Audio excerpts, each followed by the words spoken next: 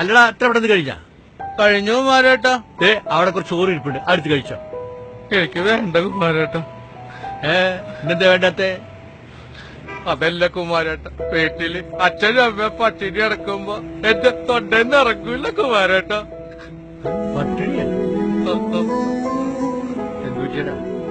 ഞാൻ അച്ഛനും അമ്മക്ക് ചോറ് മേടിക്കാൻ വേണ്ടിയാണ് കുമാരേട്ടനെ 200 രൂപയ്ക്ക് വേണ്ടി വന്നത്.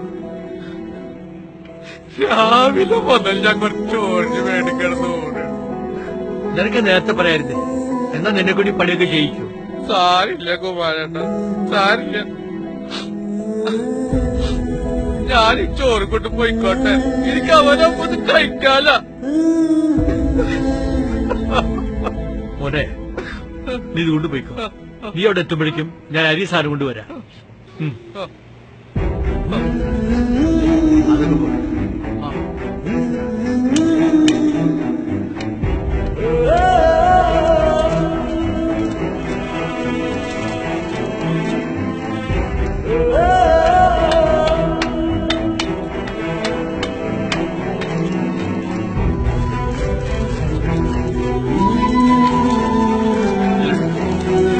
പോട്ടെ.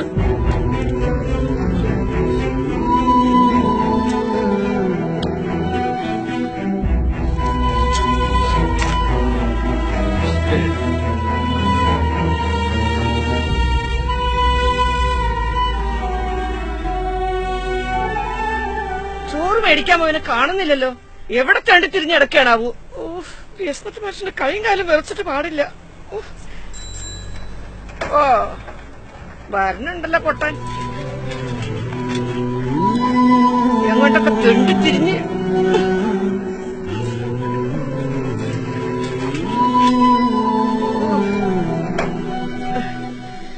ഇത് കുറച്ചല്ലേ ഉള്ളൂ, എന്തെങ്കിലും ആവട്ടെ. വാ മോനെ.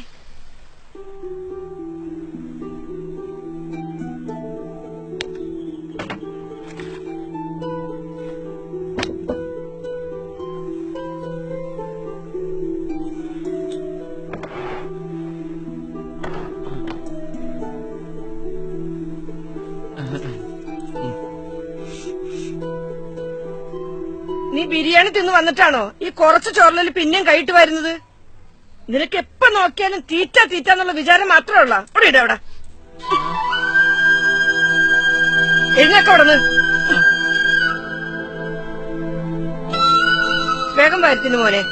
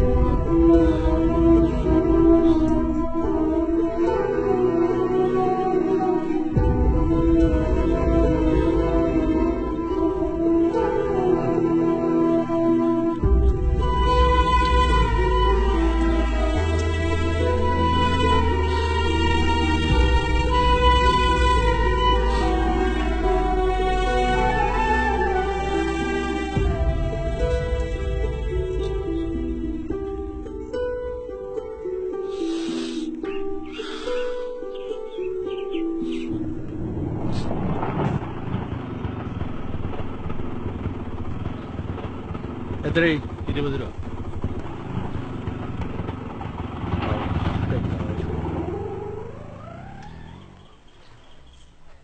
ഓ ശാന്തേച്ചി, ആ എന്താ കുട്ടിങ്ങനെ കിടക്കണത്? ഓ അവൻ എവിടുന്ന് ബിരിയാണി തിന്നു വന്ന് ദേ വയ്യാണ്ട് കിടക്കാണ്. ബിരിയാണിയാ? നിങ്ങൾ എന്ത് ഭ്രാന്തായി പറയണേ? ഇന്ന് രാവിലെ ഒരു പച്ചവെള്ളം കുടിച്ചിട്ടില്ല പാവം. നിങ്ങൾ ഈ കഴിക്കുന്ന ചോറിന് വേണ്ടി എത്ര പേര് ആട്ടും തുപ്പും കൊണ്ടെന്നറിയോ അവൻ? അവൻ എന്തെങ്കിലും ഒരു മകനായി കണ്ടിട്ടുണ്ടോ നിങ്ങള്? എന്റെ കടയിൽ ബിരിയാണി ചെമ്പ് കഴിയാന് ഞാനൊരു കഴിക്കാൻ കൊടുത്ത ചോറ നിങ്ങൾ ഇപ്പൊ ഈ ഇരുന്ന് കഴിക്കണത്. അവൻ എന്നോട് പറഞ്ഞെന്തെന്നറിയോ? വേട്ടാ, വീട്ടിലൊരു പട്ടി കിടക്കുമ്പോ ഈ ചോറിന്റെ ചങ്കീന്ന് ഇറങ്ങില്ല. ആ പാവത്തെ ഇപ്പൊ ഇറക്കി വിട്ടത്. ഓ ഈശ്വര, എന്ത് പാപ ഇവനീ ചെയ്തത്?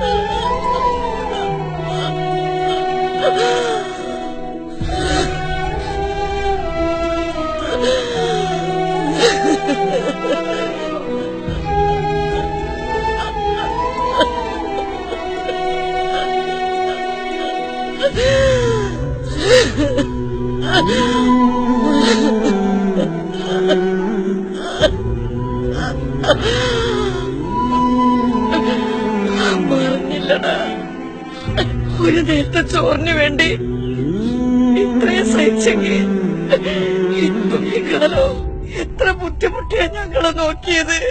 അമ്മക്ക് ഇപ്പോഴാ മോനെ മനസ്സിലായത്.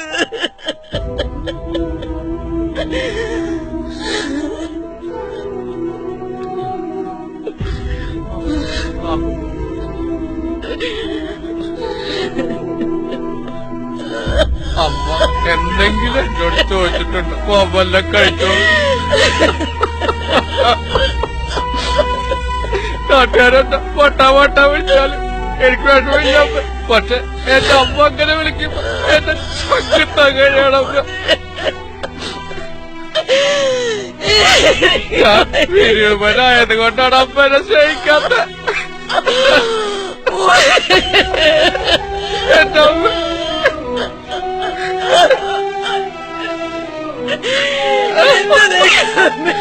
എന്റെ അമ്മനൊന്ന് കെട്ടിപ്പിടിച്ചോട്ടെ ഞാൻ.